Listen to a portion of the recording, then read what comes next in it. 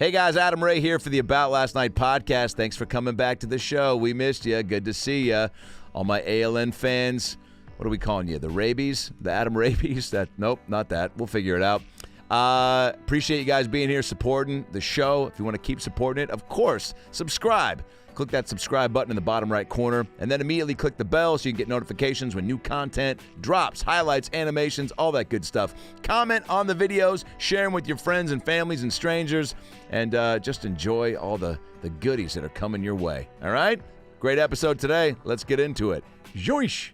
Hey, it's Herbert, and you're listening to the About Last Night podcast, you slippery little son of a bitch. About last night.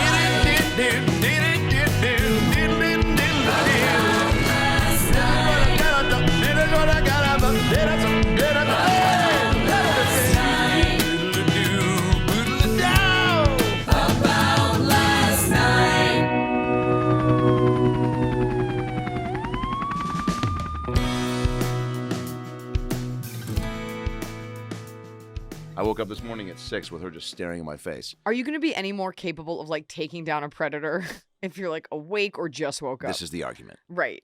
You're like, the karate doesn't kick in faster. The karate doesn't kick in faster is the name of your special. Iliza Schlesinger here. Would that ever be the name of your special or a special? I probably wouldn't use karate just because it's, like, hacky. Karate's hacky? Would you use taekwondo? I don't know. Why is karate hacky? Like, just people, even though, like, people just being like, I know karate, even though I'm thinking about your line in the film, which is not hacky. It's very funny. Yeah. It actually gets a huge laugh every time people hear it. Does it? Yes, it does. Oh, yeah. You don't think I'm a black belt, I think is what I say. Yeah. Something. I don't expect you to remember anything. I remember your line because it was it's the one big one, and we almost took out that scene. Because I improvised it, I think. Yeah, you definitely did. Yeah. But by the way, I mean, did not need to. That's my first compliment. Oh, the writing. Thank you. There's a lot of compliments I have for you today, so get ready. I'm very ready. So there's a lot of stuff out there. There's a lot of TV shows, there's movies. I think the content, even on Instagram and TikTok, we were talking about with people being fired up about too aggressive of orders at coffee shops and people getting fired for putting those customers on blast. There's just a lot to consume. So I want to know, after I throw all these compliments at you, how you feel about the oversaturation of stuff. But I think that good stuff can almost cut through more so because of it. You know what I'm saying? Because I think we're watching so much stuff, at least during the pandemic. I'm very selective now, and something has to like almost hit a certain checklist for me to go, yeah, I'm going to give my time to that. Cream rises to the top. There it is. I'm made of cream. Fuck, that was a way more condensed way to say what I just said. No, but it's true, because even though there's more stuff, it's like, it's just people's time is that much more precious. Yeah. It used to be there were 4 channels, 3 white guys with late night shows, everybody watched. Yeah. And now there's still 3 white guys with late night shows. But there's so much that I know something's good if I've heard about it more than once. Yep. Versus like a series with like 8 seasons, and you're just like, I have no idea the network or what that is. I know. 4 channels. Isn't that crazy? What did you watch when it was a 4-channel world? Grandma, what did you watch? Yeah, you watched Steve Allen. And probably like who's No, like, I'm saying you as a kid. Oh. Eliza kid. No, we had cable. Yeah, really? But I feel like we had Nickelodeon. Maybe there's like Nickelodeon. There was no premium cable, and there were obviously no streamers. Did you ever get like I don't know, did your parents ever put restrictions on what you could watch? Like, I couldn't watch certain Nickelodeon shows. There was a show called You Can't Do That on television. My mom wouldn't let me watch that for a little bit. Oh man, that was the best. It was the best. She finally let up once my dad left. Yeah, exactly. I was going to say your parents divorced. Because divorce, I think, is a little bit more like, you could just watch it. Yeah, she's like, I need to do whatever I can to insert happiness. Right. So if that show's going to fill the dad gap. Also, like, it was so harmless looking, the dad gap. Yeah. It was harmless. Don't remember not being able to watch anything, but I remember, you know, you have to go to bed at a certain time, and I had a TV in my room just because we had like there's a whole reason. It was like a really shitty TV, but I would turn it on very quietly so I could watch Martin. And like in living color. Yeah. Those are 2 of my favorite shows. Yeah. I think I'm more influenced by black television than white television. No joke. Family Matters, favorite sitcom. In Living Color, favorite sketch show. And what's great is that they were on at a time where you kind of weren't thinking about it in terms of black or white. Yep. And it's only later that you watch like Homie D. Clown or like Men on Film or like all these black sketches that were like discussing tropes and stereotypes. But at the time, you're just laughing at what it is. Yeah. and you look back and you're like, oh, this was all like deep social commentary on Totally. an oppressed race. Totally. But it was so brilliant. I saw Damon Wayans work out at the Haha when In Living Color was going to do a reboot, and he was working out characters and men on film bits, and it was so good. It was because anytime something is rebooted, I think there's always some trepidation of like, oh man, all right, is it past the prime? I mean, Like maybe, even Dumb and Dumberer, I walked out of because it's Oof. my favorite movie, and I was like, I can't watch them do caricatures of these iconic characters. They were too far removed. But Damon Wayans was just in the pocket and so good, and like the stuff that you realize too, there's enough good substance to talk about now, like with that character and that world of that sketch. I don't know. Sometimes I feel like sketch like warmed over, reheated. Like there's when you do it, you've got this passion and you're making a point, and the world is just different now. And a lot of times, I don't think those characters fit in. That commentary isn't as scathing and it's not as needed. Right. Whether it's him or other revamped sketches or comedy things, and so. You know, it's for a specific audience. I was actually talking to my husband yesterday about like how people just want IP. Like Cruella de Vil, like the 101 Dalmatians universe, like the origin story of a woman who wears dog coats. There's gonna be 5. That's so funny. There's gonna be 5 more versions of this, by the way. For sure. If Like people crushes, like the universe. If it crushes, like who's Cruella's kids? Right. There it is. Cruella's kids, like It's the Bebe's whole- kids. The idea of a universe. Wow, there it is. The universe Of anything. Just keep peeling back the banana, and how many other People just want that IP that was proven, and this is, I mean, Emma Stone's brilliant. Yeah. And I didn't see the movie, but just in general, like people want IP versus like taking a risk on a new idea. Yeah. Because then they can be like, see, they don't work. Well, speaking of new ideas, Speaking of good new on ideas. paper, Yes. which drops. Give me the exact date. June on Netflix. 23rd. Great day. It's a week after my birthday. That's why we did it. Thank you for timing Mhm. it out. Okay, so first of all, Okay. You're my I've al- first interview. I mean, I don't know when this is coming out, but you were the first. watch your publicist times out, so it's like the last thing that drops. I'm just a liar. So obviously we've been buds for a long time. Yeah. I think highly of you in many regards, Thank you. on and off stage. Thank you. But it's first of all, when I'm just turning it on, I'm like, you have a Netflix movie that you wrote that you're starring in. That's fucking bonkers. It's bonkers. I hope that's not lost on you. No, it's not, because When it started, the whole opening, I was like, holy fucking shit. And I'm watching it, the free preview. that we finally figured out. Yeah. But it was just crazy. Because also, for me, I just get nostalgic about it. And I go, man, like, I saw this girl when she came in to audition for an MTV sketch show that I was working at the casting office. Right. And now I'm watching her in her own movie. It's on Netflix. After she has 4 specials up there. 4? There's 5. 5? It's okay. Probably about to be 6. Maybe. Who knows? It was just crazy. It very like I had to Thank hit you. pause and like soak it in, honestly. Oh, thank Yeah, you. and I hope you do. What hit me the first, because I've watched it several times, and I was in that editing yeah. bay, and I oversaw every cut. Like, I was very Didn't even think about that. precious of it. And we had our director, and then she had her time with it, and then, like, per DGA rules, she had her time, and then Do you get to come in and veto things, or? Yeah, I mean, I think just as the creator and executive producer, and she did a lot of great work, and then I just kind of went. She couldn't get to everything. Yeah. She did. You get in a rough cut, you get an assembly cut, your rough cut, and then she came in and did a lot of great work, and then I went in just with my specific thoughts and notes. So it was super collaborative. But so I've seen it so many times, but the first time I saw it, this is with the Universal logo at the beginning. I forgot to mention That hit me. Cool. Because that's not. It wasn't like 8 production companies that came together to like cobble together $1.3 million. Like Yeah. Universal Stepped up. And I mean, look, this is not a big budget film, but that was like They I was put their like, name oh, on that's it. cool. They did. And Netflix, when I found out, because I was like calling my producer every day, I'm like, who bought it? Because it was an acquisition. It's not a Netflix original. Whoa. And I was like, who bought it? And it was months. And I'm just like on them. I'm like, and I'm just Where'd you want it to go?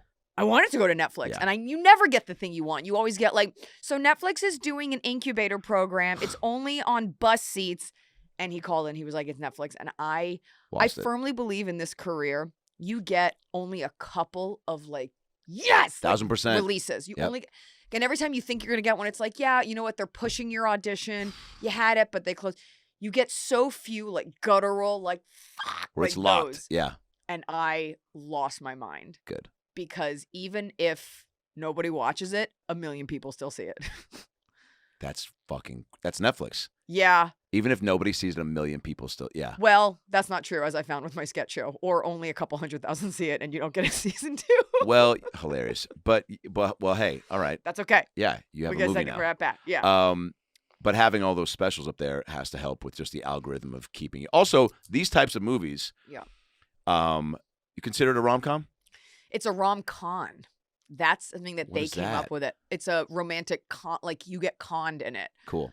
Like, if Talented Mr. Ripley had, like, more love scenes. Totally. So it's a rom-con, and we had a call with them. We were talking about, they were showing the algorithm and who gets, like, who would be shown this, and how you end up tapping into groups that you didn't know you would. You did like, test groups. No, Oh. like, whatever you like. Oh, yeah. It could end up, it's not just for like, oh, romantic comedy. It also goes into like thriller. It also goes into all these other like branched out groups that you can't even conceive of until the movie drops. Gotcha. And it could be like all these different like subsects of categories. So it ticks a lot of boxes. The twists were awesome. Didn't expect them. And that's Thank what you. truly I dug. But what I dug right out of the gate, and I was texting you this, was, you know, anything based in the stand-up world, Yeah. being biased, already just Hate. highly intrigued. Oh, okay. What'd you say? Hate? Oh, no. I'm like, No. this is trash. No, love. And it looks beautiful. And it was, you know, I think you shot everything at the store, right? Stand-up wise. All the stand up was at the store in Yeah. the belly room. Looked amazing. Thank you. Like, special worthy. That is, Kimmy Gatewood made it look nice. We made it look expensive. Crush it, Kimmy. Yeah. But so that immediately I'm like, okay, cool. But it was the perfect amount. You know what I'm Thank saying? you. It wasn't like the scenes outside of the club, in the club, the hallway. It was just like that was a backdrop that was properly served and utilized. Thank you. And then right out of the gate, I think you have in anything, especially nowadays with just attention span being what it is, a short amount of time to like pull people in. 100%. And, you know, me being, I think, and you're probably the same way, after you've acted a bit, you're definitely more critical of just performances in general. You know, but for also, I don't think I've seen you on a show, but like Yeah. with this type of magnitude, bigger. Definitely. But I had no judgments. I had no like nerves. It just started and I was like ready to enjoy it. And right out of the gate, I was like, oh, you've got Katherine Heigl, Kate Hudson, Schumer vibes, where I'm like, Thank you. holding just, you're carrying the whole film. I hope I have a line of athletic wear that I can Hilarious. make so much money off Who of has the later. athletic wear? Kate Hudson. Wow. Fabletics. Fabletics, that's Yeah. her? I've heard of Uh-huh. that.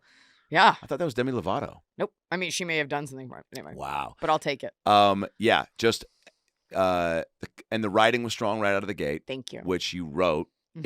it, so duh. It was quick, it moved, the pace right out of the gate was great. Man, I have no notes. I'll take it. Yeah. I mean, The acting was great. The Ryan Hansen, who plays the other lead opposite you, Yeah. is fucking awesome. we gave him fake teeth I saw that. because in real life, he's a good looking guy. Yeah. And like, you wouldn't not be attracted to him. You'd be like, okay, it's like a blonde, tall guy. And I Yeah. was like, okay, well, give him glasses and big fake teeth. Like, just something that makes him off because otherwise the movie doesn't work if it's like he's handsome and she's not into him. It was brilliant. Yeah, because there was some apprehension on your part, your character, Yeah. to get involved. Yeah. And then what I really dug was, again, the comedy of it first and foremost. Like you know something's a comedy. People are gonna be coming to it expecting that from you, Right. right? Like your fans and just people that watch it. Like if it's gonna be under the comedy category in some regard. Yeah. And so there was a lot of that right out of the gate. And it looked great. I mean, even also it's cool in a weird way. I'm like, oh, she got to shoot on a plane. Like even that was so impressive where I was like, legit plane shots? Can I tell you something? There's a plane you can rent. Yeah. And we did it. Airport too? I don't remember now. I don't remember. I know we shot it. I mean, it's a real airport. It's the Ontario airport and this Cool. like wing that was closed down. I was so impressed by where our director and our producers, like where we spent the money. And like, I was so, like the day we shot in that airport, I'm like, we're at a fucking airport. Like we get a real airport. Oh, yeah. And that plane thing, I can't even remember because now it was like 2 years ago. But like, you gotta put your money on the right needle drops and and everything else can just be in an apartment. Yes. But like, it's got to look expensive in Yes. the right places. Yes. So I felt really good about that plane. Did you? I have so many questions. How do you even start? And again, real quick, the twists in the movie are so unexpectedly great. Thank you. And I mean, can I even mention favorite lines or scenes, or is that going to give anything away?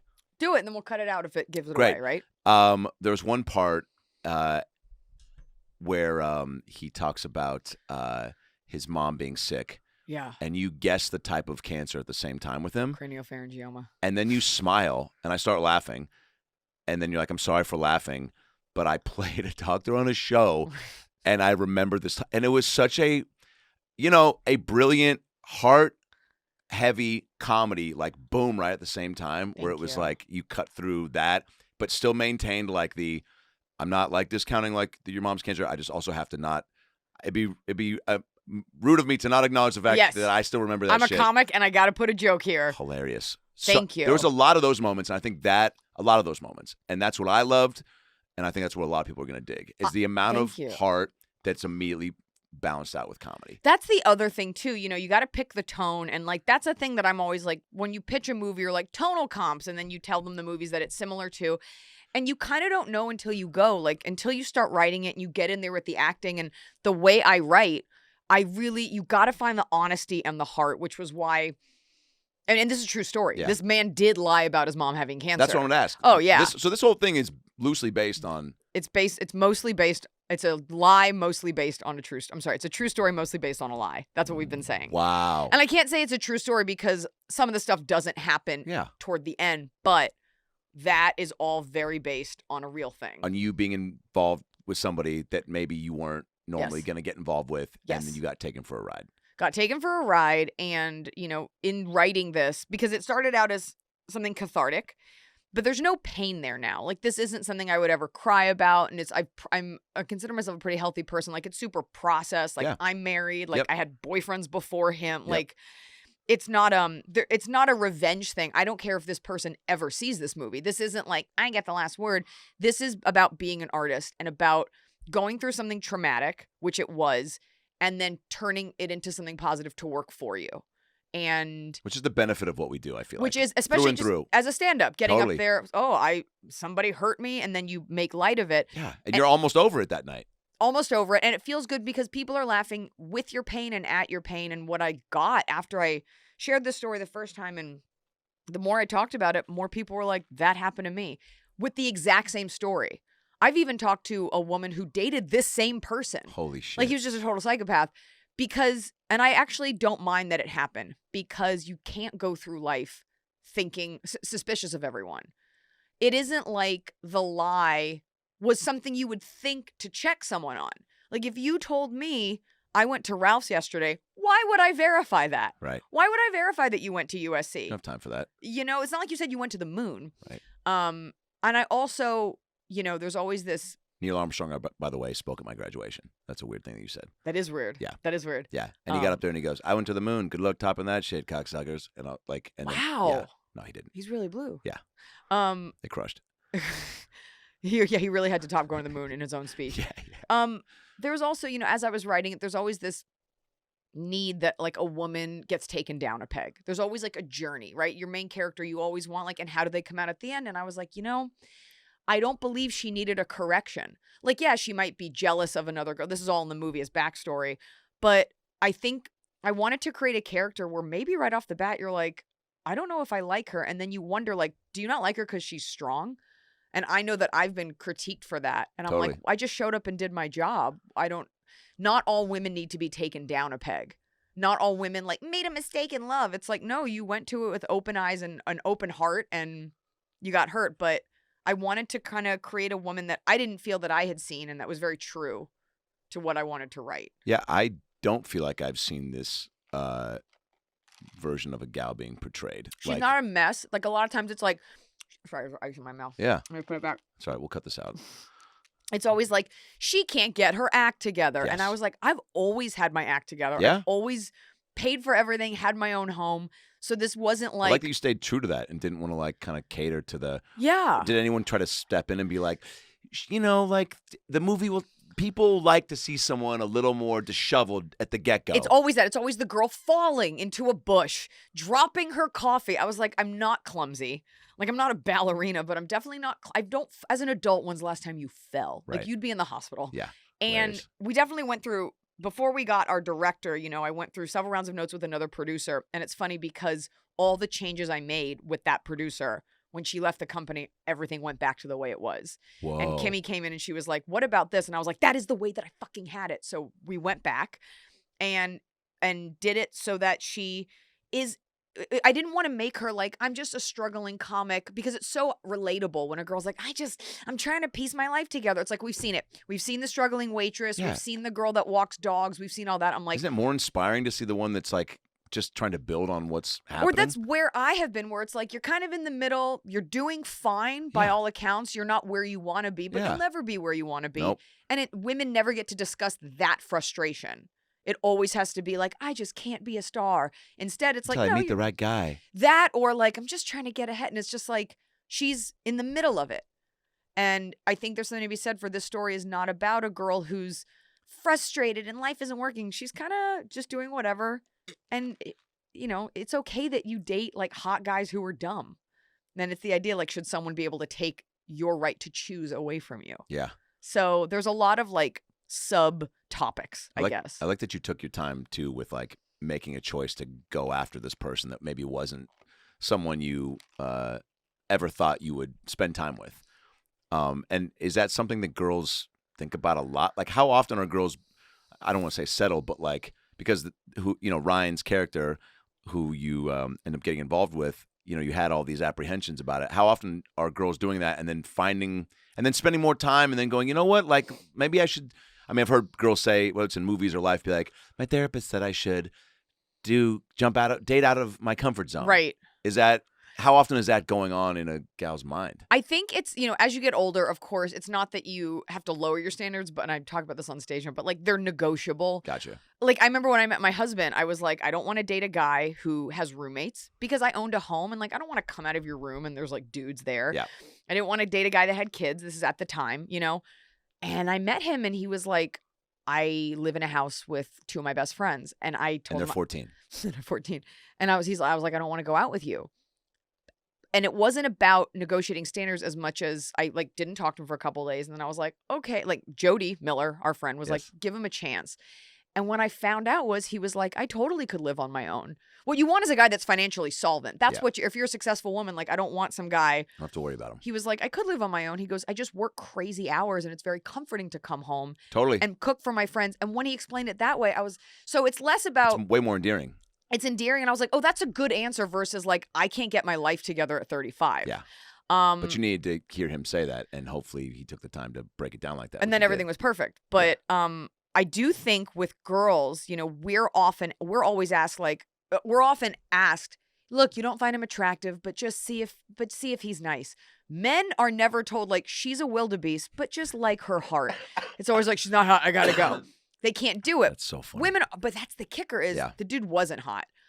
But I really became attracted to the personality, which is the thing you should be attracted 1000%. to, despite them being hideous.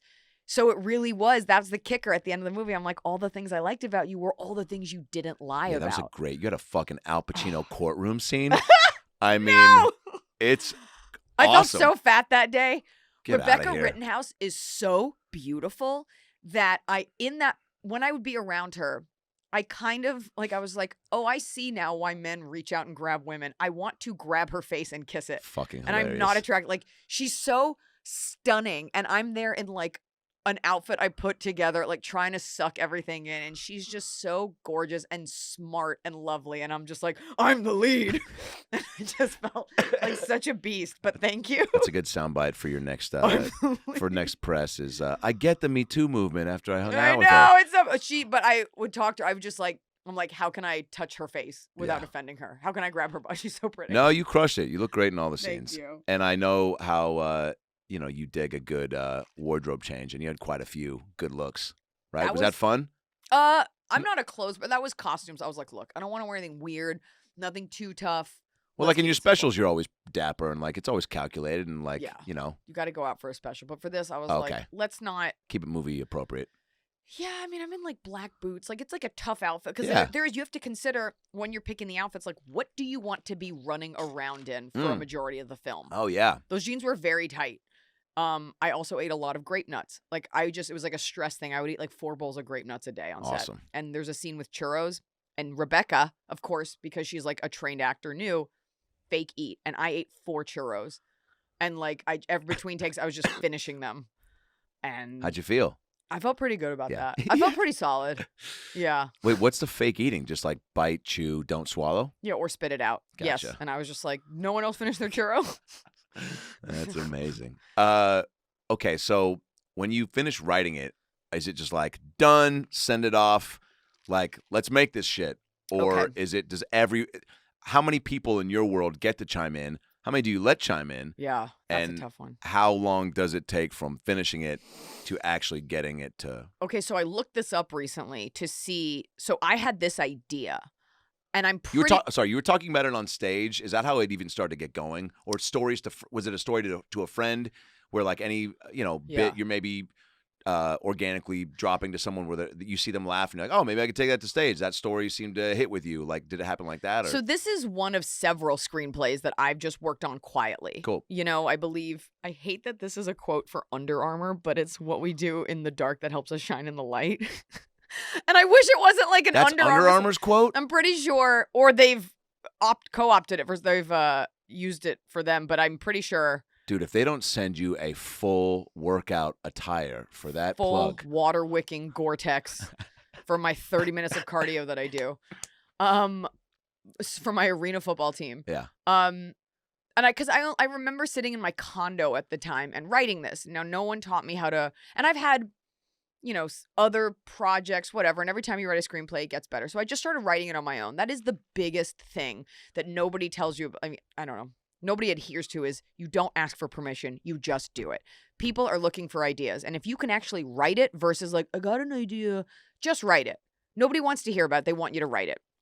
Because at that level, no one's going to pay you to write it. So just write it. Also, don't get in your own way. Why would you try to get anybody else's thoughts that would like cock block any sort of creativity, right? Yeah, just let it pour out. Yeah. So I started writing it, and I told my manager about it, and then I remember this very clearly. I was in Boston. I was playing the Wilbur, and my manager said, there's a producer that, however they set it up, named Paul Burnin. His company's called Burn Later, and they've done a couple of, like, indie films, and he'd like to meet you. And I'm like, great. And I looked him up, and I was like, oh, he's hot. Okay, I'll put in my fake hair. Hilarious. Even though I think, dating Noah or engaged, I'm like, always best to put your best foot forward. Yes. Put in my fake hair, and I go downstairs. And he and I just hit it off right off the bat. And it got very personal, like just talking about our personal lives. Cool. And I, just really got along with each other. And I told him my idea. And he was like, I like the idea. Let's do it. And I was like, okay. And then I went into my shows. And that set into motion about a year, because he has a producer that works for him, of she and I going back and forth. Okay. Writing, rewriting, taking out things, and I kind of had my way that I want. And she was great. I was going to say, are you pretty easy to collab with on I that love front? collaborating. Cool. And I know everyone says that, but I always want to work with people who know better versus like another funny person. Like if you're good with structure, I want to know. And if you've got experience, I want it. Yeah, because what's your forte? Like for me, like I'm trying to finish one right now. Dialogue and jokes, boom. And characters, got it down. Structure, story. I have a handful of buddies that are like, in a movie, this needs to happen. You need this, you need that. And I'm like, oh, thank you. Had no fucking... But then you'll write another one and you'll remember that. And then the more that you read too. So it really is just a practice thing. Yep. To make the perfect film as we have here. So we go back and forth. And then one day I remember sending her an email. Like she just wasn't writing back. And then I called Paul and he's like, oh yeah, she doesn't work with us anymore. And I'm like, cool. Thanks for the heads up. But... we'd gotten the script to a good place. And this just the machinations of this industry are just very slow. Yeah. Unless you are Meryl Streep or Emma Stone, yeah. right? Or Will Smith, right? You're just going to do it. Even though, like, it's still, things totally. take time. Yep. So I'm always relieved to find out it's not personal to just me. Good. Had the script and then we got this meeting with Universal and they had at the time like a indie sort of film division and they were excited about it. Cool. So Universal signed on and... so you got that, you've got your money, and however they're doing it, whatever. You got your Universal, and then we got to find the director, and for me, it was like, I want someone who knows what they're doing. This isn't an experiment. I met Kimmy Gatewood, and she was super passionate about it. I'm one of those people, like, I'm very prepared for meetings. What I lack in experience, I always make up for in enthusiasm. Totally. And, like, stick-to-itiveness. Yeah. It's like, how can I get this gig? And she had directed a lot of TV, and she got it. And it wasn't like, I need to find a woman. Only women can do this. But she got the job just because she was good. I'm not the kind of person that like if a guy was great, he would have gotten it, but she was great. Was she a fan too? Does that help? I don't remember if she I mean, everyone says they're a fan, but like that could be that they just watched a thing. But it helps, right? She needs to like have a sense of your voice and has sense of my voice. And it doesn't matter if they're a fan as long as you get the voice in the moment. So she was that, and then she, of course, from there helped. We offered the part. I saw Margaret Cho as this, and then we got Ryan on board, and everything else just kind of clicked. And then I have this producer named Han who works with Byrne later, and he was great. Just over, so it just all. I mean, but this is like 2 or 3 years from the day I pitched it to him. Wow. You know, just like, is this going? And it started to. You could see it on the horizon, and then we shot this now 2 years ago. It was in the fall, and I remember because we stopped down for Thanksgiving, and I remember we wrapped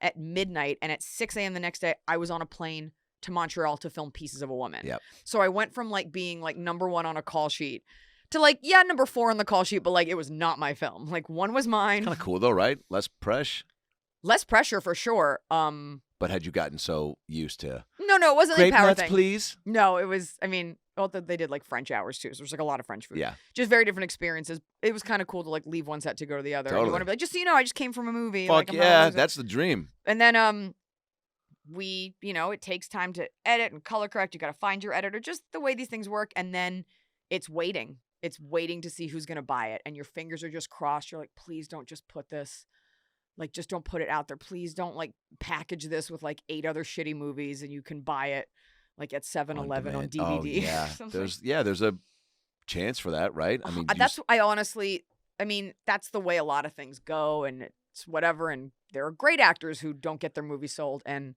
they pulled it out. Netflix liked it, did it. And how do you maintain, I mean, you can't teach patience. Like you just saying that it was 2 to 3 years from when you pitched it, that you guys got back on the train to start putting it in motion. I can't remember if it was 2017 or 2015, but what I do remember is this. I'm in the lobby of the hotel where I was staying in Nashville to record my 5th Netflix special, Unveiled. And it was like, we were doing like a dress rehearsal, and I got a phone call that said our funding had fallen through. Because you have Universal, but you also get your money from, like, in some cases, like VC firms or whatever.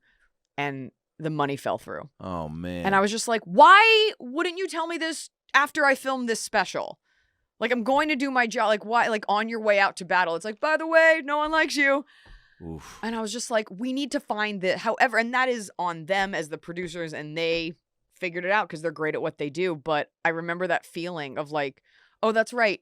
Nobody cares about your feelings as a performer or as an actor. Like, they'll just pile that. Nobody protected me from it. Just this horrible news of this, about this boulder you've been pushing uphill. They're like, the boulder's going to fall back downhill and you got to start from scratch. Fuck. By the way, go be really funny now because it's going to live forever. When you break it down like that, it's so crazy that we're doing this. Yes. Yeah. Did I what? Have you seen that show Hacks? I'm on it. Well, next week. Okay, good, because I watched the whole thing. Yeah, I love it. Her speech. It's incredible, Jean Smart's by the way. speech in the desert. Yeah. Yep. Nothing has ever hit me harder. She's like, even if you have luck and you have talent, it's still not enough. And she's like, and it never, ever, ever gets easier. And I was like, it doesn't get easier. Yeah. It's so hard. Nobody's nice. Great, right? So good. Yeah, how do you... I'll be watching you. Yeah, next, I think it's 1 or 2 episodes. I play a douchebag comic, filmed at the Haha. Oh, I can't wait. And that's unfortunate. I have these amazing scenes with Jean Smart, all of them, and Hannah Binder, who's crushing it. But Jean is a fucking treasure. I'm trying to get her for another movie. I've loved her since she was the girlfriend on Frasier. Good call. That was my intro to her. So good. She's so good. From Seattle, so we bonded over that. Went to high schools close by, did a lot of theater there. But she just was, and it was just great scenes where I'm just this douchebag comic that's kind of shitty to this old vet coming in and like, don't fuck it up. Wait, a male comic isn't nice? Hilarious. There's a handful. There's a handful. Yeah. But not worth mentioning. Hilarious. You're like, cool, let's move on. Yeah. Hey guys, Adam Ray here for the About Last Night podcast. Quick question for you. Do you know that 85% of people, that's right, 85% of people who play daily fantasy sports lose? I know a lot of comics who play fantasy sports. And yeah, their stories more often than not are about how they made the wrong picks and lost all their rent money. and how they need to borrow 50 grand. Is it really that surprising, though? No, the game is rigged against you. You're playing against thousands of other lineups, not to mention fucking experts, people that just have more tools and more knowledge and more time than you do. You don't stand a chance. Well, I've got the daily fantasy sports book that's right for you. Introducing Stat Hero. It's the first ever daily fantasy sports book that puts you, the player, in control and winning within reach. Here's how it works. Stat Hero shows you their lineups and dares you to beat them. It's you. Here's how it works. It's very simple. Stat Hero shows you their lineups and then dares you to beat them. It's you versus the house in a head-to-head fantasy matchup. Your name, your stakes, winner take all, baby. You have the advantage here. Stat Hero is showing you their lineups ahead of time. No one else does that. The amount of other sports bookie sites I've fucked with and heard about and have friends participate in and make money and lose more money, it makes Stat Hero the obvious choice because they're giving you the advantage of seeing the house's lineups and taking them on straight up. You are in total control. Stat Hero is the way sports betting was meant to be, one-on-one. So play Stat Hero now and change the odds. Go to stathero.com/lastnight, sign up for free, and right now you can get 3 times back on your first play by signing up right now at stathero.com/lastnight. So go to stathero.com/lastnight. They're even going to give you a 300% match. That's unheard of right now if you go to stathero.com/lastnight. Start betting on the sports that you love the right way, okay? Because I know you're tired of getting killed by daily fantasy sports experts. Don't play the experts, play the house with Stat Hero, the only sports betting site that gives you multi-day fantasy survivor contests for all sports all year long. See the competition ahead of time, pick the lineup you think you can beat, go head-to-head with no pool of opponents, because no matter how you play, there's a contest for you. So stop wasting your money and give yourself the best shot at winning with Stat Hero. stathero.com/lastnight. Do it, baby. I'm always fascinated by people at your level that do so much and continue to like challenge themselves on all fronts. Where do you get that from? Is it always, because I'm sure people would like to hear, the adversity and the struggles to maintain like your own self-motivation. I know I deal with, because like you just said, like nobody cares. It's once you can wrap your head around that and be like, if I don't, like, it's only on me, like, whether it's dealing through reps or even family, it's like, sometimes I'll share something with my sis or dad or mom and like their reactions vary. So then sometimes I'm like, fuck it. Why am I got so excited to tell them. And then they're just like, oh, it doesn't really, not that cool to them. Or maybe they're dealing with, my sister's like, hey, like, the kids are doing this, so fucking congrats. But like, I'm raising a life over here. That's great. You got to call back for Wendy's. Exactly.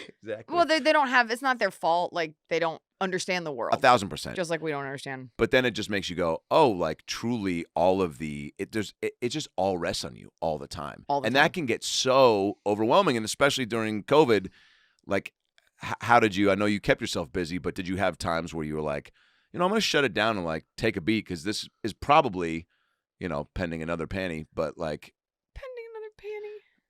Pandemic. Panty pending. I know. Panty pending. Panty pending. Hashtag panty Your pending. tour is panty pending. Oh my God. But what I'm saying, like, did you initially, I guess I'm just going back to the start of the pandemic for you. Did you welcome it with open arms going, I know a handful of people did that, are as busy as you that were like, fuck yeah, like I don't have to be anywhere or answer to anyone right now. But then how long does that last before you're like, I got to take advantage of this downtime because a lot of people aren't. I remember this specifically. There was an article, I want to say it was like the New York Times. I also want you to know that sometimes I read the New York Times. What's wrong with that? No, I want you to know. Yeah. Like, I get it. Oh, yeah. Well, you're a big crossword gal. I'm a big crossword gal. Like, I don't know the New York or the New York Times, but it was some publication and it was just like, and then this was like a common vibe online, like in meme posts, just about, and like self-affirmation posts, just about like, hey, you don't have to get everything done. Like, it's okay. You don't have to write the next novel. Like, you don't have to be productive. Like, giving people permission to sort of breathe. And I swear I remember reading one that was like, you don't have to write the next great novel. And I was like, you don't. While you all tell each other to like take a breath and relax, I am going to be fucking locked and loaded and like ready to fuck when this thing ends. And that was what I was just like, I will take this time in this darkness while everybody else is like, I don't know, and I'm mourning this. I was like, I will be right. Like, I will be ready. Whoa. That way I'm ahead of everyone. Because don't ever make the mistake of thinking that like everybody's taking a knee when you are too. And just because people complain about stuff, that audition, that whatever, like they're still going. Like just because you're all complaining together, like don't think that people aren't still working. Yeah. And so Don't feed on the assumption that people are like are also just taking a break. Yeah. You can take a break. What's a break? Like a couple days off to chill. You know what? It's very hard for me to not work, and I did not do it's a Saturday night, and I didn't do my sets for a lot of specific reasons. But I found myself getting so overwhelmed to the point of paralysis with stuff, and that doesn't happen to me often. What does that mean again? Like paralysis. That's like, like you can't move. You shut down, right? Yeah. Like sometimes you just give yourself a break. And I always have to remind myself, like, you're doing fine. It's okay to not do this one set out of like a lifetime. Easier said than done, by the way. It is easier said than done. But like in the pandemic, you know, the movie was finished. So it was just a lot of me. And then people were leaving companies and people were getting fired. So it was just a lot of me like checking in on that. I really think the secret to not going crazy is having enough projects, whether in nascent stages or fully developed, that you can constantly check on to feel productive. Yep. That way you're not just like staring at your hands on the toilet like, what have I done? Which is also fun. Which is fine. Did you reconnect with anyone through COVID? Did you strengthen any relationships or find yourself reaching out to people? You know myself. what I'm saying? I love that. Relationships with myself. I love that. And what'd you discover about yourself? Look, I think you got your good friends and your friends know you. My friends know, like, I don't make plans, and if you can come to my show with me and we can go out after, great. But I'm not going to your bachelorette party. I'm not. I also don't have friends that are getting married at this age. I work, and it's my favorite thing. And there was no, you know, you text with people. It was nice to like FaceTime our parents. We're like getting drunk every night, whatever. Yes. But my husband and I, we both we started a cooking show. Yep. And we did that really just because as a performer, like you want to perform. Mm-hmm. And we just started doing it, and it kind of became its own thing. And my husband got a cookbook deal with Knopf. Who's that? It's like a premier publishing house. Cool. Like they usually do a lot of like very bespoke, like I think it's biographies and stuff, but they do cookbooks, like beautiful cookbooks. And it was the company he wanted, and he wanted to do his own cookbook. And they said, would you do a Don't Panic Pantry cookbook? So had we not done that, like that version of it, like he may not have gotten that. Everything begets everything. And it was just like, we didn't ask people like, why don't you have a show on a network? I'm like, because I don't have time to wait for them to figure out that I should have this. So we're just going to do it. We on our own would sit up at night. I'd say, what are the brands that you like to work with? Because we're very like honest people. Yeah. And we would reach out to those brands and I'd say, here's our show. Here's what we do. Here are our tiny numbers. Would you like to sponsor us? And people started saying yes. Cool. And so it's, you know, you set up a plan, you ask. We just did it. Because if you don't ask, you don't get. But you know, that's, again, like just a very, not a, brain surgery type approach where it's like, all right, have an idea. I can execute it. Just do it. Get a plan and just Nike it. Or just go for it, because most people don't even do that. And they talk about it a lot. Just do it. Even if it doesn't do well, at least you have some sort of proof of concept. And then we took a trip and I was like, I really want to write another book. And I came up with the outline. He proofread it, of course, because I can't do that. I'm bad at it.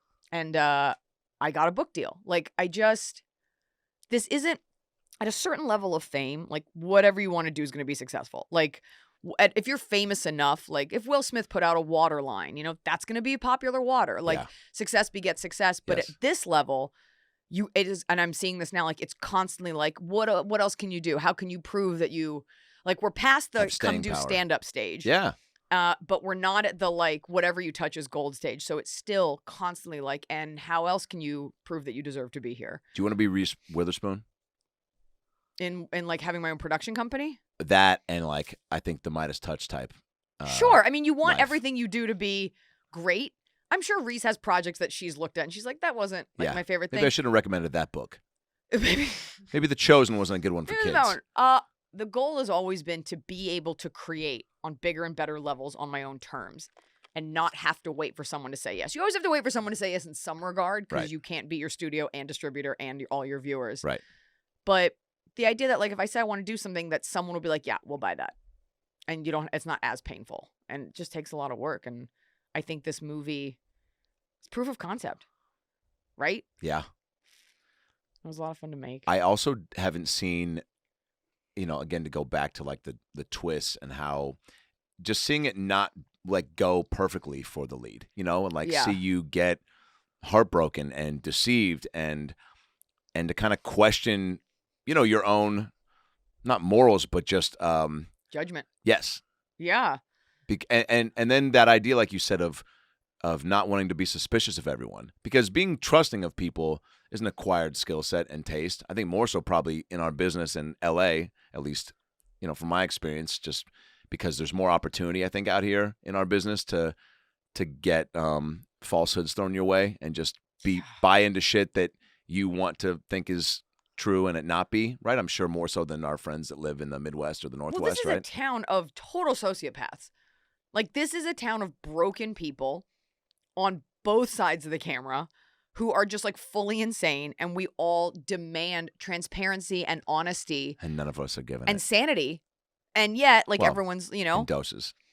And so it's not a, like, you don't want to walk. I do believe people are lying almost 100% of the time. The question is, how are you going to let it affect you?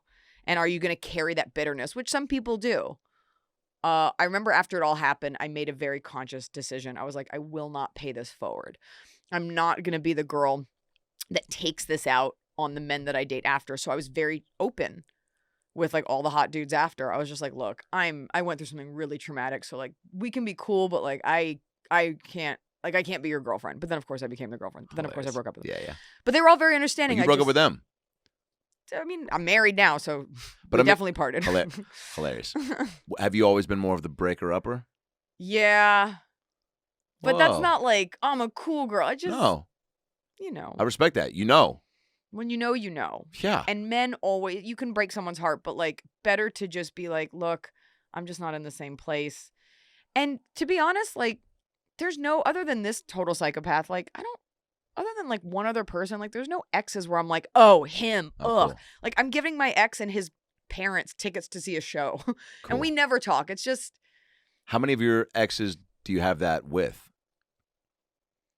I guess I don't really have a ton of exes. Yeah. I have, I've got a few, and one I reached out to the last few times I've been in San Francisco, and she cheated on me and ended, Ooh.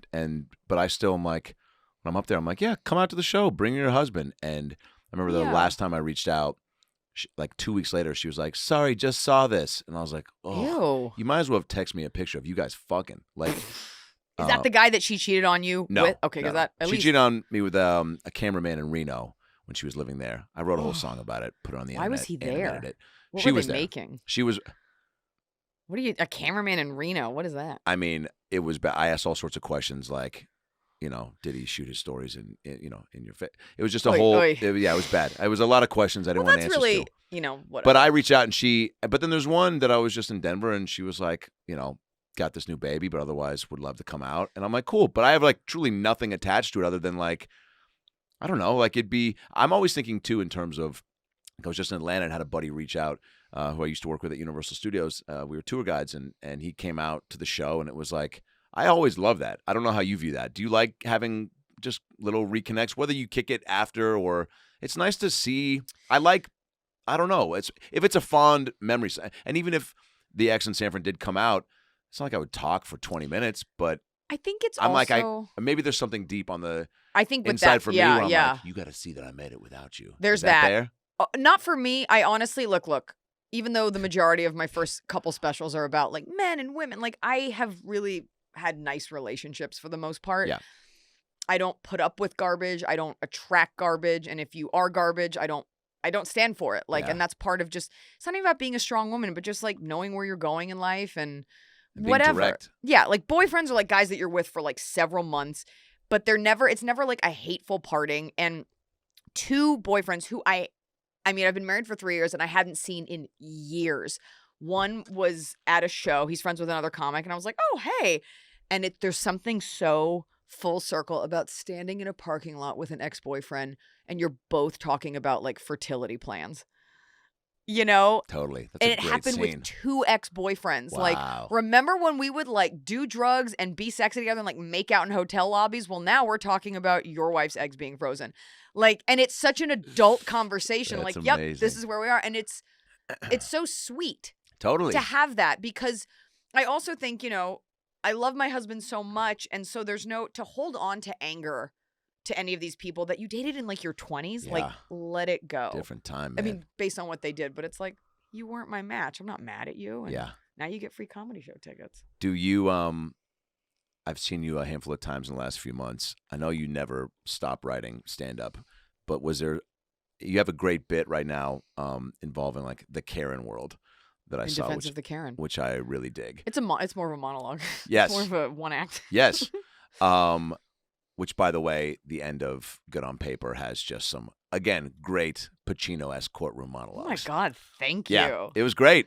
And it's also, I was like, good for you taking that swing. Because, like, wrapping up the movie like that, you need that. And I'm, watching, as I was texting you, I was like, I'm invested right out of the gate. And then all I can think is like, man, I'm in. Like, how is this going to, you get ahead of yourself. You're like, are we going to wrap up the way it should wrap up? Can I tell you, writing a courtroom scene is incredibly daunting, and here's why. Of course, there's so many good ones. I was going to say there's so many bad ones, and none of us have actually been in a court like that. I know. So I was like texting this lawyer that I know. I'm like, I got some questions. Well, I like that you didn't pack it, too, because those are the ones that right out of the gate, you're just like, you better be coming with an Oscar-worthy performance if there's like 200 people in there. But also, it wasn't conducive for that. I'm still not sure that this type of thing would like be on a trial, but I want it, it's like you want it to be true, but you also got to stretch the truth if you want to get, like that type of whatever. And you also didn't want it to be too long. Like, nobody wants to be in a courtroom.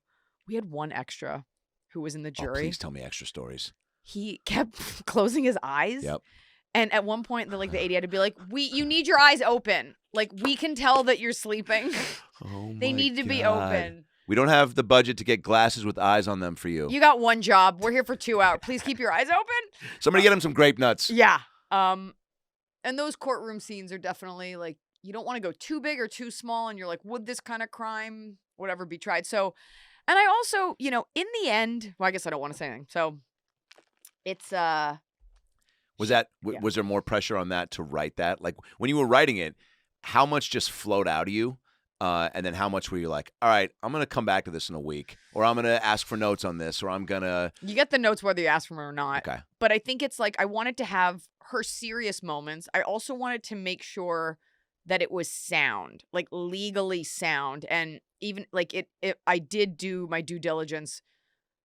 Without giving it away, like the legalese applied to it makes it work. You kind of got to pay attention to it. But courtrooms are supposed to, none of us really know how they work. Yeah. And in a regular court, for the most part, you don't get to testify. Yeah. So I just wanted it to be impactful, and I wanted this to be like a real ex machina moment, I guess. And you had great jokes with the judge, which is always, I'm a big fan of that. When there's like judge banter and you she's- make the judge kind of likable, which Yes. that guy was, She was I've great. definitely seen her and everything. Yeah. Another favorite moment I had, with again, just a compliment to your Thank acting you. chops, was when you were on the golf course Oh. and you did this look, and I took it as something else, but then it became about you starting to call, this, what's his name in the movie again? Dennis. Dennis, that's right. Out for maybe, pulling your chain on some stuff.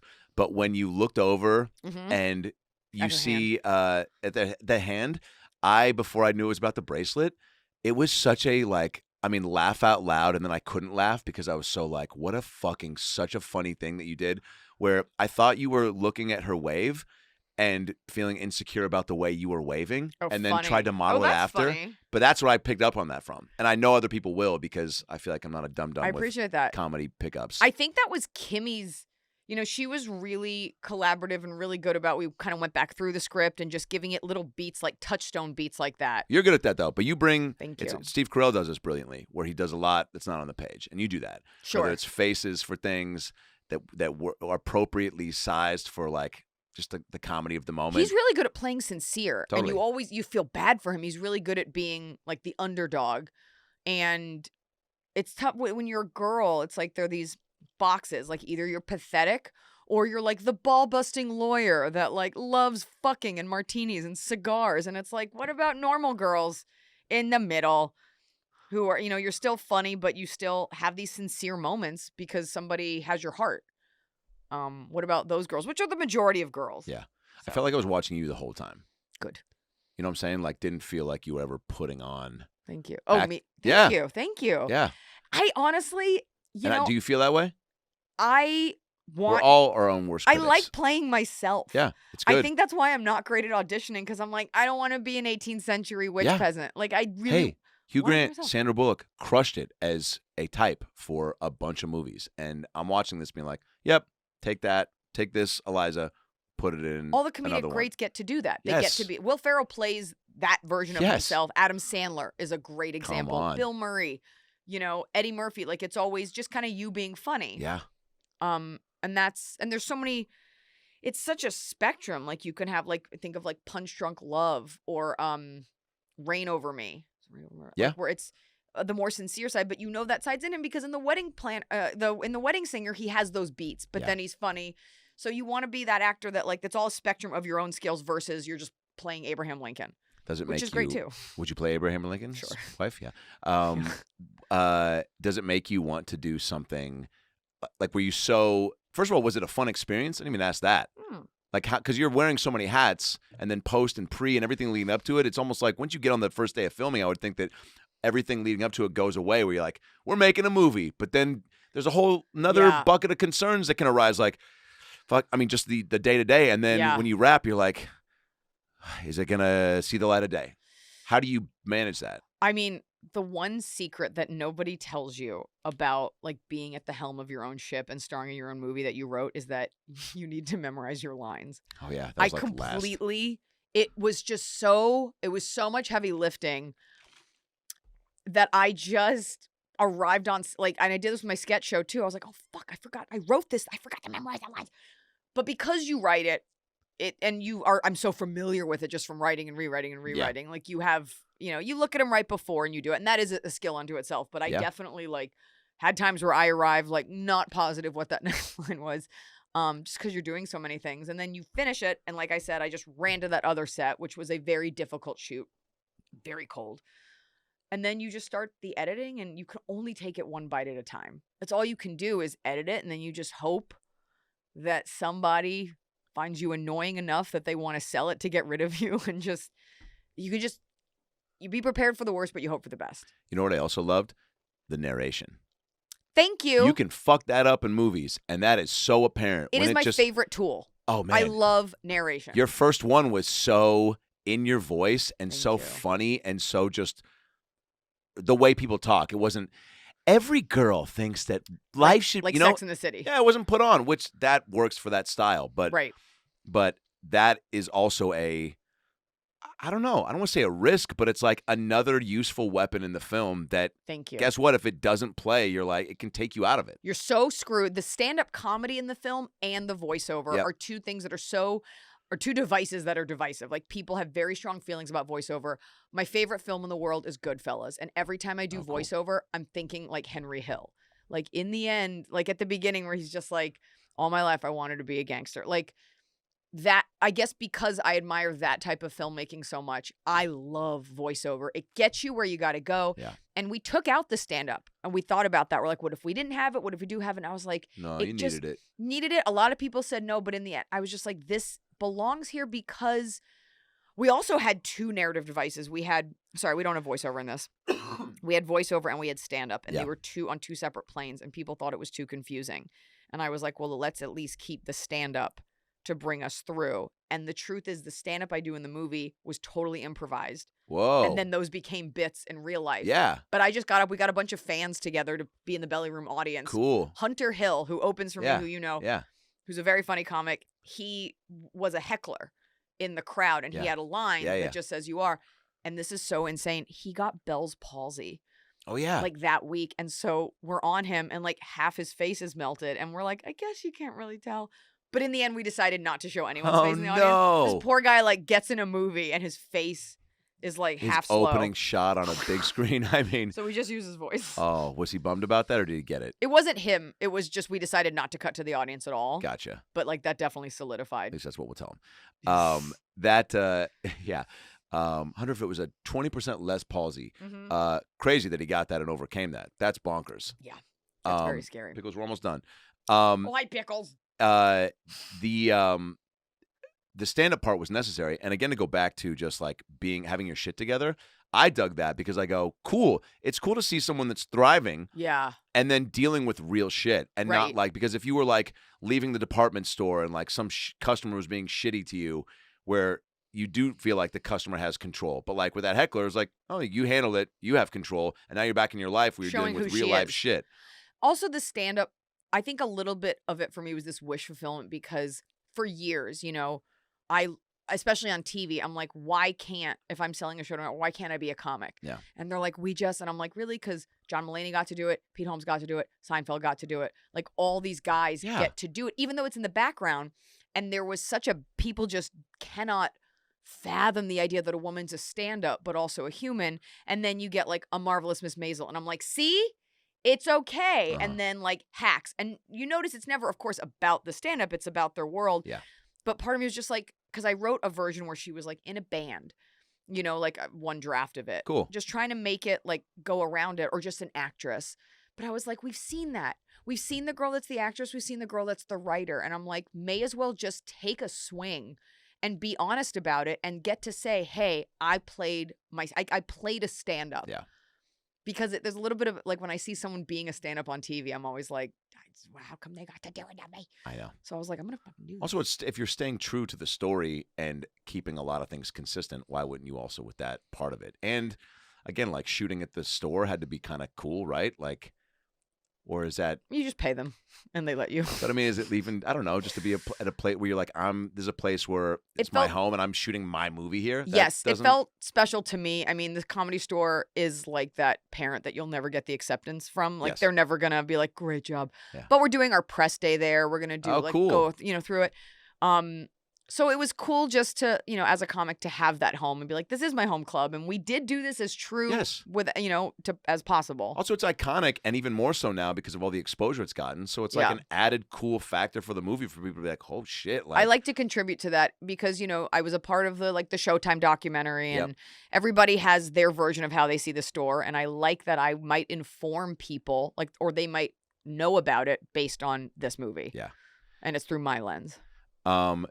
Does Noah, your husband, what does he think? How was he through all of it? Was he, I'm just, you know, I'm here if you need me? Or did you go like, hey, will you watch this? I need another set of eyes? Did you send it to folks or family? Like,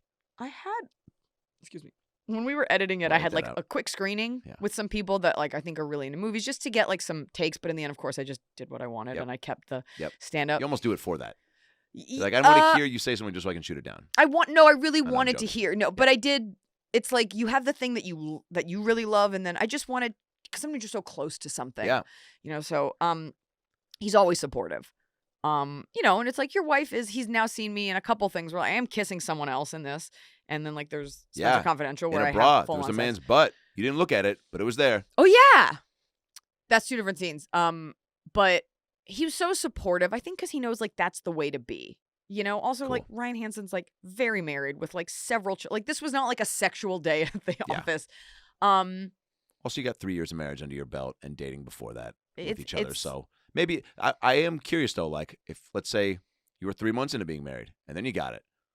Is there a different dynamic there? I think he gets the type of person that I am. Yeah. And I think he also gets that, like, jealousy is, like, one of the least attractive things in the world. Totally. And I always remind him how much I respect the wide berth he gives me in terms of who I socialize with and how I spend my time because I am often the only girl. As I have been forever. I'm not allowed to say that, but I am. It'll be like an all-male lineup, and a lot of my friends are men, and that's just, you know, and when I got married, there were plenty of men that you're not friends with anymore, but like you, or like a Mark Ellis, or my friend Greg, like, if you're a man in my life now, like, it's clear that we've never had sex, and we're not going to have sex, and like, you're down for me, and they're very cool with him. Yeah. It would be weird if I was like, this is my friend Adam Ray, and he doesn't want to meet you. So he's very secure, and that's very attractive. I know for me too, though, as a guy, like, I remember when I first met him, I was like, all right, like, I think it's important because, you know, I cherish our friendship and also I was like, I'm sure I'm going to dig him, but it's like important for guys to like go out of their way to be like, hey man, like, be a person about it. And like, like she's known me, I've known her for a while, and like, I don't want to just be this guy that you're like, it's that fucking guy that you say hi to and hug and stuff. And like, I always try to be I'm always respectful of our relationship and him or whatever. And it's actually very cute because, you know, he would always come to the Comedy Store. Yeah. Because for him, like, he listens to Marc Maron's podcast. He's a Bill Burr fan. Yeah. I think he likes them more than me, which is okay. Yeah. I don't care. Yeah. And I think, and it's become like he and Marc Maron went to like the farmer's market together. Like, Hilarious. I think he enjoys, like, he's not just like your skin tag significant other. Like, Yeah. he enjoys being there, seeing the comedy, get a free drink. Yeah. And he enjoys the world of comedy. And so it's fun for him. But I've definitely been around where he's been like, there's been a dude and he's been like, I don't like that guy. And Yeah. if my husband says that, I'm like, okay, cool. It's fine to say that too. That's You okay want too. him to say that. I remember when I was in New York and popped in and we and watched your show at Caroline's. Remember then we went out And to then eat we went after? to the Polish restaurant. Yeah. Yeah. Which was really cool because that gave me an insight into your guys' thirst for eateries and Yes. just cool spots. And I remember it was so calculated but so quick. It was like we knew what we wanted. It was like we want to go to this. We want to try this new thing. Yeah. And we're in a city where you gotta be active with those types of experiences. Yeah. And I remember you guys just, I think he found like 4 and then described, it was like all in the Uber in like a 5-minute. Yeah. And he like listed a few and read a few and then you were like that one. And then it was like, we went there and it was like, it was so cool. I felt like I was you. on an Anthony Bourdain show. And then we That's sat like our down thing. and- Like yeah. late night, find the thing. And he takes great pride in being like, it's like a hunter-gatherer thing. Like, I found the thing that she wants. Yeah. And Guys love that. Guys love that. He loves that. There's no greater gift you can give the man in your life than telling him exactly what you want and then letting him go get it. Did you hear that, babe? I want tacos. Okay, I'll get you tacos. Whatever you want. Yes. Like, I know. dudes, We girls, want to do if that. you're That's all we listening- want. guys will do anything for you. Anything. Just give them a task. They love it. They're like golden retrievers. I know. It's a physical thing. I'm like, can you move that chair? Yup. We don't talk to. I'll just do it. I'm like, great, because I don't feel like moving it. Like, Very funny. Yup is a very like Yep. concrete, like, oh yeah. You want me I'll to move 2 chairs? no problem. No problem. Oops, I tore my sack. Like Amanda's my fiance's in Chicago right now with some girlfriends, and I'm like wanted to send them to Second City because I'm like just an iconic. She's now just so ingrained in the comedy world and so, just a part of it. And I'm like, you got to go in. I was like, I want you to just walk through the lobby. I was like, all these people, and I want you to see this amazing place where so many people have gotten their starts. And she's like, no, because tickets were a little pricey. And she's like, don't do it. And it was like driving me crazy that she wouldn't let me do it. And they were a little expensive, and I was going to treat her and her friends. But I was like, in the name of like, this is something I was like, I don't care. Like, I want you to. Have had But that. they're filling up the day with other stuff. But how do you guys? And this is now going to be about me because I'm getting married next April. And you'll be there. I mean, I guess I can't ask for tips yet because it's not happened. But in the planning of the wedding, Oh boy. when I first saw you at the first show at Tammy Joe's Magic Castle show, and we discussed it, and you started to kind of give me some quick tips about, I think it was like, make it about you, like the girl doesn't matter. You said, pick the food. Definitely don't let her dad talk. Don't let any of her family in. Yeah. Yeah. No, you gave me some good advice. But what is, like, is it easy to look back now and go, yeah, well, this is what I would do differently, almost like with a special? Or is it truly a case by case? You would need to sit down with the couple and be like, well, here's what I would do for you guys. Because here's the truth. It doesn't matter Cool. what everybody says or the advice. We'll go to a courthouse. No. I just mean Oh. like, I could be like, make it about you, but you're not going to take all the advice because you're going to end up doing whatever works, and everyone thinks they know better. I have in Unveiled, I talk a lot about weddings and just how every girl's like, yeah, fuck the patriarchy, I'm not doing it. It's like, and then at the end of the day, it's like, I'm going to wear a white dress. Yeah. Because you want that experience because Yeah. it's so coveted, so special. It's not advice as much as something that I'm just going to like warn you. Your wedding you will see the true colors of people. The worst person in your life, the aunt you never speak to, will send you $1 million, and your best friend like craps out halfway through. You will see sides of people that you never, whether it be altruistic or total demons. My nephew drops the N-word. You'll see. He's 6. You'll see. Yeah. The weirdest, it happened to me. I shouldn't have had so many bridesmaids, but it was like I wanted to include one relative, and then she dropped out, but I'd already asked the others, and I didn't really, whatever. It was cool. That's tricky. One of my best friends got so fucking wasted Oh. that you actually know this person, that she left her, and she was a bridesmaid. So you're not really there for fun. You're there to help me go to the bathroom. Thank God my assistant was there. She left all of her makeup, keys, wallet, change of clothes, because we had changed at the venue. She left it all on like the 8th floor, left all of it, and left before we'd eaten dinner. because she was that wasted, and I have not really spoken to her since. Bummer. It was just like, what the fuck are you? Are you this insecure about the fact that you're not married? Yeah. And it's not about not forgiving. It was just like, oh, how can I go to your wedding? No. And like, and keep it together. After I've known you for this long, so I never saw that coming. Like, get drunk for sure, but not blackout drunk and you leave your car keys. How do you balance? Well, don't drive. Yeah. How do you balance inviting people that, I don't know, shouldn't? I mean, that's what I'm dealing with now is like guest list where I'm like, Okay. I want that person there, and I don't care if I didn't go to their wedding, honestly, at all. No, it's not about that. Okay. I didn't go to your wedding and you're coming to mine. Who gives a fuck? I'll probably be on tour, but I'll take the invite and I'll send you a gift, which is what everybody really wants. A year out? Yes. Yeah. It's you already, probably will. It's 2022. Already locked and loaded? Let me say this to you. It's a Thursday at 2. Joking. Oh, I'm doing a bar mitzvah. No, I'll be there. I'll definitely give you a gift. It'll be so fun. You gotta come. I'm coming. Is it here? What if we have your show at the ballroom? You perform at my wedding. That sounds expensive. Twofer. Hilarious. Wait, what were we talking about? Deciding who the guest list, breaking it down. Friends of old, friends of new. My husband said this because men are usually very quiet around this, and he was just like, think about, because you have all the people that you feel obligated to invite. Yeah. He was like, when you turn around, because you're going to be so busy that night, you won't even see half of your guests. I know. She's worried about that. Don't be worried about it. Well, she's worried about she's like, I want to be next to you the whole time. She's like, it's going to go by. Nope, you don't. Like, and if we're just like apart. I was apart from my husband almost the entire time. And that's how it is, right? He doesn't really dance. He was talking to people, and that's fine. You have the rest of your lives. Yeah. You don't have to go as a couple. That's so fully insane. Okay. My husband said this. He was like, think about when you turn around, who do you want to be excited that they're there versus, oh, good, you made it. Like, who's going to light your heart on fire versus like, oh, good, Aunt Mimi, you're here. Think about it that way. If somebody's a real friend, they will understand not being invited. Cool. And you can always blame it on the finances. You probably aren't inviting, like 30,000 people. There's the money thing. And it's just really about like, who do you want to have said was there? And if you really can't see that person you'll be friends with in 5 years, people want an excuse to not go. They do, huh? Yeah, it's a pain in the ass. Well, I know like my friends up in Seattle are like, dude, I'm going to come down for the week, like a break for my kids. Like they're just pumped. Like it's. Also, you have tiers of people that you invite. Yeah.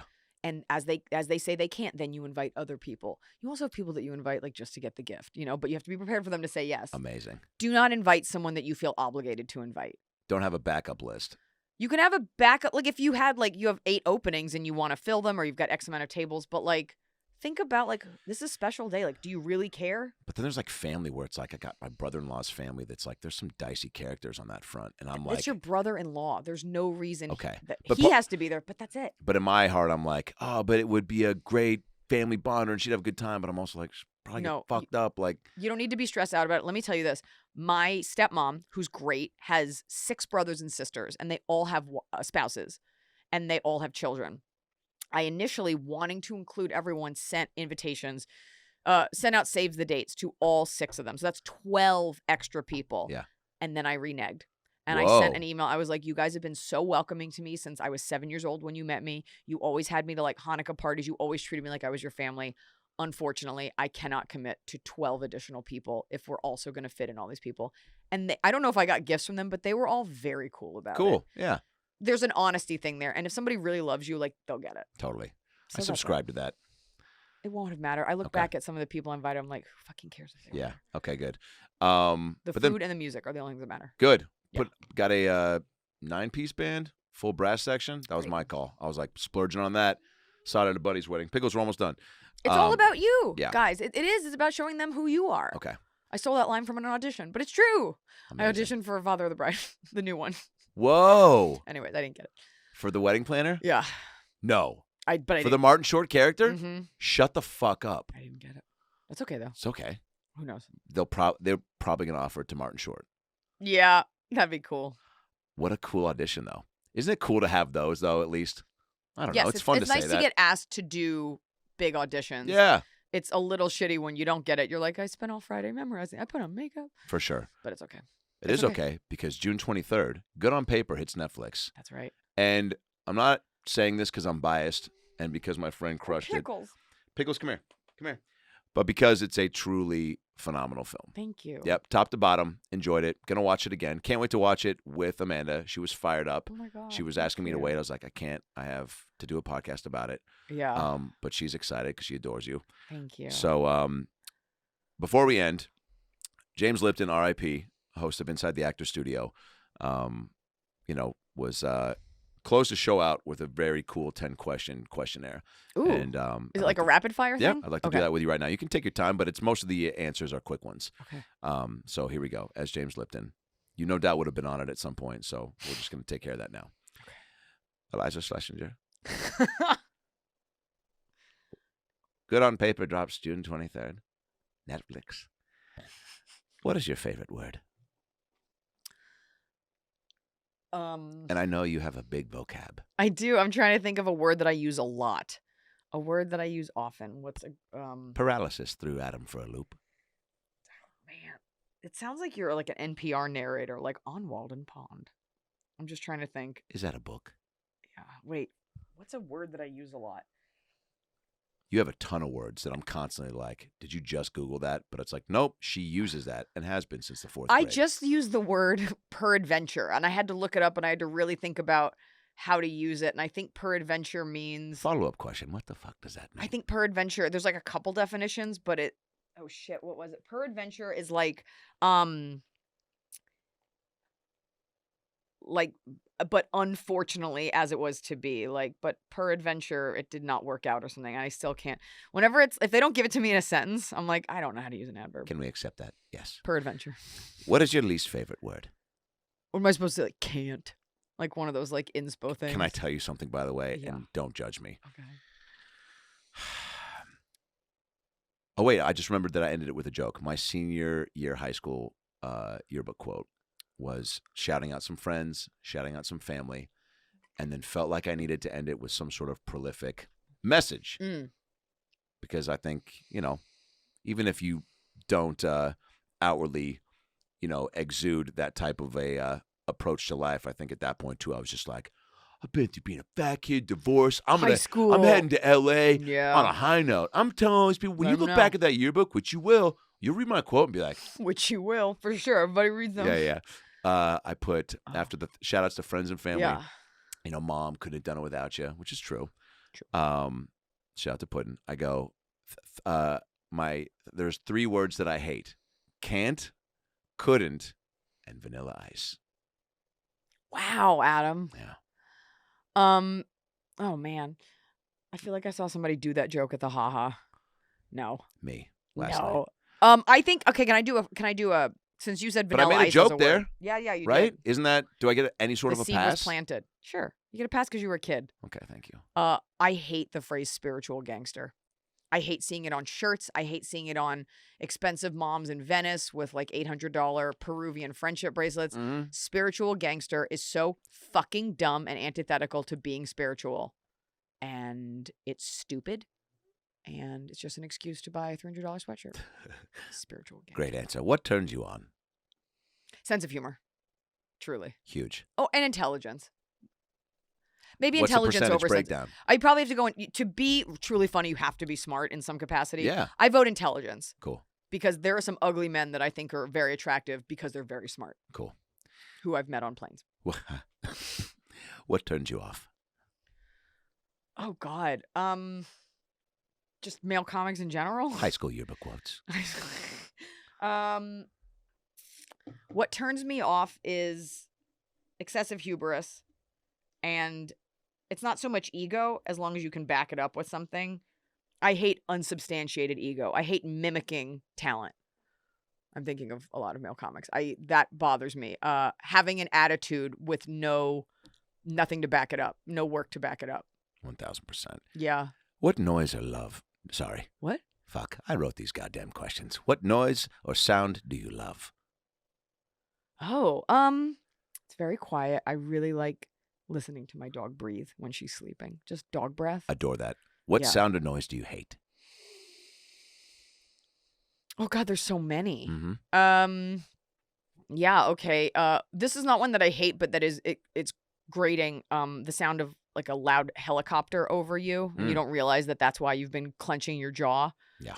Forever. Oh, the alarm that we all have on our iPhones. Yeah. That alarm sound specifically, because we never change it, and to me it piercing. always is like, oh, gotta go to the airport.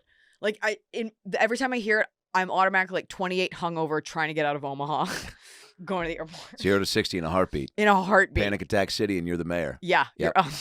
What's your favorite curse word?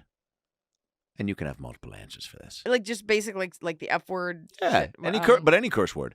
It doesn't have to be the one you use the most, but like fave, like you hear it, or if you get to say it in a show, or you heard, I don't know. I think a well-placed fuck Yeah. is a thing of beauty. Totally. I think if you use it too much, then it starts to lose its sting. Mm-hmm. Well-placed fuck is very funny. Yeah, you're not against cursing on stage, but you don't curse a lot. No. It should be, there's a punctuation, not just like, because I can't, fucking, and then it. What do you think about people that are like Seinfeld is like, I just don't curse? Do you think do you think there's some people that are like, I'm above it, or it's just like not what I do? It's just not the way that they are. I don't think it makes you better than anyone or anything. And you definitely open yourself up to more opportunities if you don't curse. Yeah. But again, if it's well placed versus you know what word I never use is motherfucker. People are like, what up, motherfuckers? It's got to be natural. I heard a guy say it the other day on stage, and I go, yikes, that was the second time you've ever said that. Yeah. And it did not come out of your mouth the way it should have. I don't love bitches. I don't. In referring to gals? Just in general, What about like a gaggle of dogs. Yeah, like what up, bitch? Like I don't want to claim that word. I don't care that much. Yeah. But calling someone biatch? Nope, hate that too. Yeah. Calling someone a bitch, be like, she's a bitch, is funny because it is what it is versus like, these are my bitches, and it's like, hoes. I'm just like, oh, okay. I know. Let's we got a long way to go. Claim it all you want. I'm just not gonna say it. What profession other than your own would you like to attempt? And it can't be like within the realm of sort of what I do. It can't Yeah. be like acting. It No. can't be. I think I would be attempt. What do I like to? Maybe it's being some sort of professional athlete, Cool. but it's a little late for that. What sport specifically? Maybe, you know what? I think I'd be a good workout instructor. You would. Yeah. Sometimes I pretend I'm leading. That's a an class. alt job you could have definitely done for this. Or that's the next movie for sure. A Like workout teaching instructor. our girl Sharoom over at Netflix. Yes. Yeah. I took a cardio not cardio bar, cardio hip hop, I think, class with her. She convinced me to. Early morning. Ended up tearing my calf 3 days later because I was jumping so much with minimal stretching. And I felt bad. I was the only dude in the class. Yeah. So I felt like I was representing, Wait, I have to pee so bad. It Yeah. just came- No, I it's wanna fine. finish. Yeah. I just have to pee. What Yeah. is it? Is there a key or can I just go? Nothing better than a good pee, by the way. Oh Are we my still God. going? There's still some in there, but I was like, it's enough. We got to come back. Hilarious. A good pee is that's not on here, but I feel like well, look, I'm gonna improvise a little. I'm gonna do some pull a Lipton audible. What's a better feeling, Iliza? A good pee or a good laugh? Ooh. That is good. Well, one That's is mine. Fuck you, James. one's relief, and one is like adding on. Reward. Yeah. Yeah. Adding. Yeah. One you're. Yeah, but I don't know. I mean, you're adding on by letting Okay. go. I would say a laugh, and That's here's it. why. You're adding on, but that's the podcast. I would say a laugh, and here's why. A good pee just gets you back to a homeostasis. Like you were fine, then you had to pee. Now you're back to being fine. A good laugh leaves you elevated. You think you were fine before the pee? What if I don't know? I've had to hold pees, and I've been in a very distressed The state. way you are normally is how you are when you don't have to pee. So then all of a sudden you have to pee. That's like if I twist your arm. Oh, it feels so good to let go. But I'm just returning you to how it felt before I was twisting your arm. Yeah. And laughter is releasing serotonin or one of those chemicals. Follow-up question. Okay. What's better, a good pee or a good orgasm? Oh, that's... I think I just had an orgasm while peeing. That's how good it was. So can you have both? I've seen... There's some porn like that, right? There's got to be. Yeah. There's something for everybody out there. What's the rule? It's called like Rule 44. I'm looking at maybe where if you thought about it, it exists as porn. Oh, I thought that was like the name of the pee cum category. Rule 44? Rule 44. It's like 4chan, Yeah. but higher. Yeah. What profession would you not like to do? Oh, anything involving listening or math. I hate math. Anything where the hours are like a government job where it's like set in stone. There's no room for innovation. You have to just report to someone. Any room where there's no questioning. Gotcha. And I can't do math, so don't hire me. It'll be bad for you. Ever been able to do math? Always been a. I mean, I can like add. That's It's just good. never been a strong suit of mine. Also, not an interest of mine. Once I saw the quadratic formula live in the flesh, I was like, In action. yeah, in action. It just made me feel, who wants to do anything that they know they're not going to use in the future? I mean, someone's And it using makes it you feel somewhere. The quadratic formula? Someone must be using it. Fuck, I think it was just made up to pass time Yeah. and just get under our britches. Fail kids. Keep them from their first choice schools. I mean, shit, I would have dropped out had it not been for. That's right, so hard. last question. Okay. If heaven exists, what would you like to hear God say when you arrive at the pearly gates? Everybody was wrong, and we made a mistake. Amazing. I didn't even have to think about that. Great answer. You've thought about that. You were perfect, and everyone would like to apologize. Awesome. One of the best answers we've had. Thank you.